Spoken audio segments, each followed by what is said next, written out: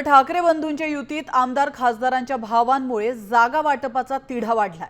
त्यातच घराणेशाहीच्या मुद्द्यानं आधीच राजकारण तापलेलं असताना ठाकरे सेना आणि मनसेत कोणत्या जागांवरून रस्सीखेच आहे पाहूया त्यावरचा एक स्पेशल रिपोर्ट।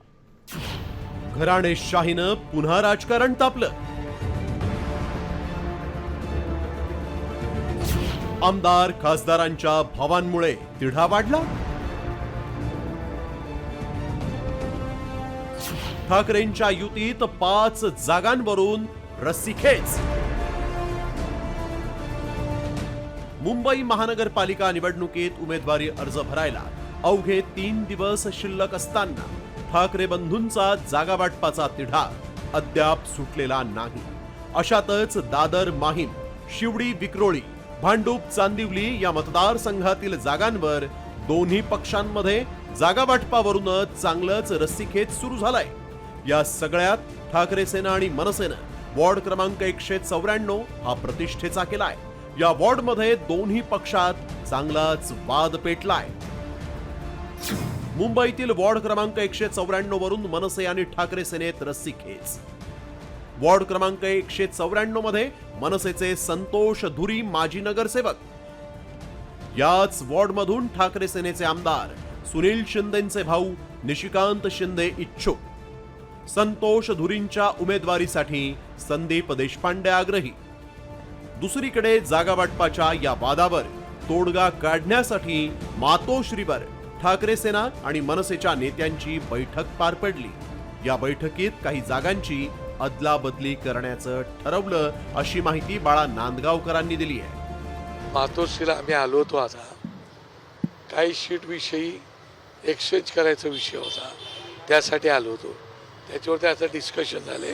रात्री परत आम्ही बसणार आहोत आणि त्याच्यानंतर अंतिम टप्प्यावरती आम्ही येऊ। आमच्या लोकांना अजून युतीमधल्या वाटाघाटींचा अनुभव नाही।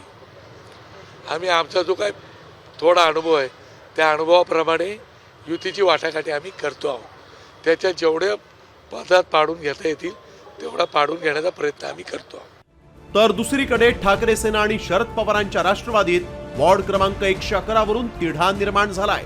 या वॉर्डमधून राष्ट्रवादीचे माजी नगरसेवक धनंजय पिसाळ हे पुन्हा निवडणूक लढवण्यास इच्छुक आहेत। मात्र याच वॉर्डमधून खासदार संजय राऊतांचे भाऊ संदीप राऊत हे देखील निवडणूक लढवण्यासाठी मैदानात उतरले आहेत। संदीप राऊतांनी सोशल मीडियावर निवडणूक लढवण्याबाबत घोषणाही केली। मात्र अधिकृत यादीनंतर उमेदवारी जाहीर होणार असल्याचं आदित्य ठाकरेंनी सांगितलंय। संजय राऊत यांचे बंधू संदीप राऊत निवडणूक लढवणार आहे, त्यांनी स्टेटस ठेवलेलं आहे। नाही बघा, तुम्हाला सांगतो, अजूनही जे पक्षाची यादी असेल ती अधिकृतरित्या येईल। स्टेटस असेल काय असेल, अनेक इच्छुक ठेवतात कारण त्यांची तयारी ते प्रयत्न करत असतात, पण जी अधिकृत यादी असेल ती येईल। आता ठाकरे सेना आणि मनसेतला वाद काही जागांपुरताच मर्यादित असला तरी यामुळे जागा वाटपावर शिक्कामोर्तब रखडलाय।